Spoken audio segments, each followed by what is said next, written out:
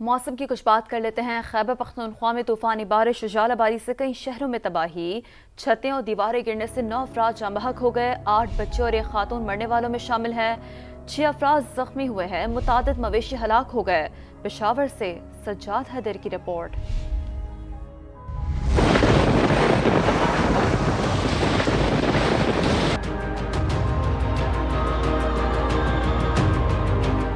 خیبر پختونخوا میں جاری بارشیں، برف باری اور ژالہ باری۔ ریسکیو حکام کے مطابق پشاور، منو، شانگلہ اور باجوش سمیت مختلف اضلاع میں چھت اور دیواریں گرنے کے واقعات۔ بھشام میں آسمانی بجلی گرنے کے نتیجے میں پہاڑی تودہ گر گیا۔ مختلف واقعات میں 9 افراد جان کی بازی ہار گئے۔ جاں بحق ہونے والوں میں خاتون سمیت 8 بچے بھی شامل ہیں۔ صوبے میں جاری بارشوں سے مختلف واقعات میں متعدد جانور بھی ہلاک، جبکہ گھروں کو بھی جزوی نقصان پہنچا۔ محکمہ موسمیات کے مطابق آئندہ 24 گھنٹوں کے دوران صوبے کے میدانی علاقوں میں بارشوں اور پہاڑی علاقوں پر برف باری کا سلسلہ جاری رہنے کا امکان ہے۔ سجاد حیدر، سما، پشاور۔ سبی میں رات ہونے والی ژالہ باری سے فصلوں کو شدید نقصان پہنچا ہے، جس سے کسان پریشان ہیں۔ مزید بتائیں گے سما کے نمائندے شہباز بلوچ۔ کی جو ژالہ باری تھی گزشتہ روز کی، اس نے ہر طرف تباہی مچا دی ہے، کسانوں کے خواب مالیہ میٹ کر دیے ہیں۔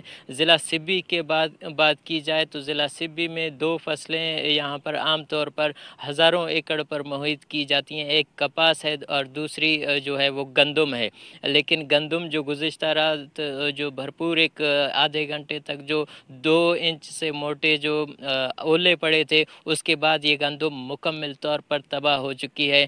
گندم کا جو نقصان ہوا ہے، اس کی بھرپائی کسانوں کو کیسی ہوگی، یہ بھی انتظامیہ کے لیے، حکومت کے لیے ایک چیلنج ہوگا۔ بہت شکریہ، آپ میں آگاہ کر رہے تھے۔ بلوچستان کے مختلف علاقوں میں تیسرے روز بھی موسلا دھار بارش، ہرنائی اور سنجاوی کے ندی نالوں میں طوفانی آ گئی، کئی نشیبی علاقے زیریاب آ گئے۔ نور العارفین کی رپورٹ۔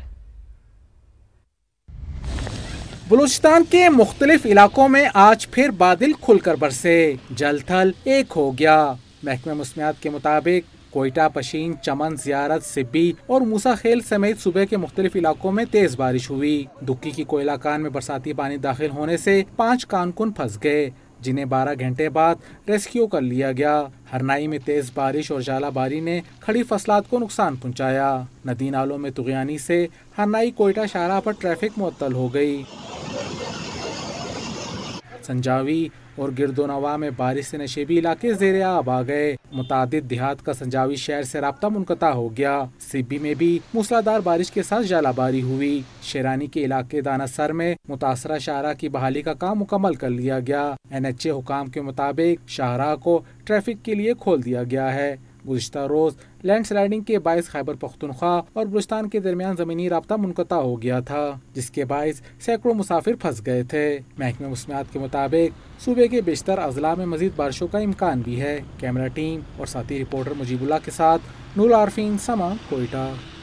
آزاد کشمیر کی وادی نیلم میں کہیں بارش اور کہیں برف باری، 8 مقام کیرن اپر نیلم میں بادل برسے، لینڈ سلائیڈنگ کے باعث شاہراہ نیلم سمیت متعدد رابطہ سڑکیں بند ہیں۔ مزید بتائیں گے سما کے نمائندے راجہ ساجد۔